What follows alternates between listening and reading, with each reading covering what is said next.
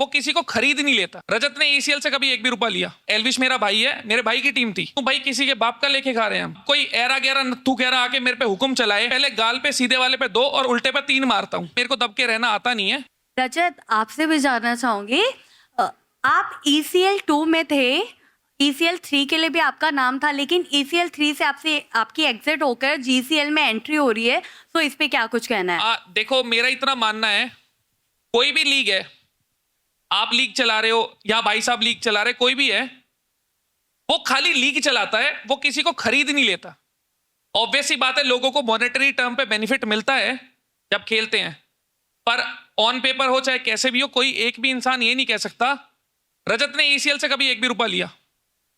मैं हमेशा फ्री में खेला। एल्विश मेरा भाई है, मेरे भाई की टीम थी, तो मेरा कोई मॉनेटरी बेनिफिट था नहीं। अब उन्होंने क्या क्राइटेरिया रखा है कि अगर आप ECL खेल रहे हो तो आप किसी और लीग में पार्टिसिपेट नहीं कर सकते। क्यों भाई, किसी के बाप का लेके खा रहे हैं हम? नहीं, सीधी सी बात है ना, मेरे पापा अगर कुछ बोले मैं सुनूंगा। अब कोई एरा गैरा नत्थू कह रहा आके मेरे पे हुक्म चलाए, तो देखो मेरी तो आदत ऐसी है, मैं पहले गाल पे सीधे वाले पे 2 और उल्टे पे 3 मारता हूं। पर वो एक अलग चीज है, अभी ये सब चीजें कर नहीं सकते।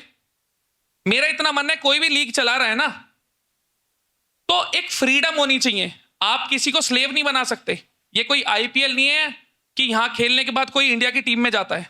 हम सब यहां खुशी से खेल रहे हैं। एक अगर इन्फ्लुएंसर है, अगर उसको एक मौका मिल रहा है दिखने का और ग्रो करने का मॉनेटरी टर्म्स पे, तो वो हर जगह जितना हो उतना करना चाहिए। आप किसी पे बंदिश नहीं लगा सकते। अब GCL है, ऑब्वियस सी बात है ना, अगर यहां कोई खेल रहा है तो हम उस पर कैसे रोक लगा सकते हैं कि कहीं और मत खेल?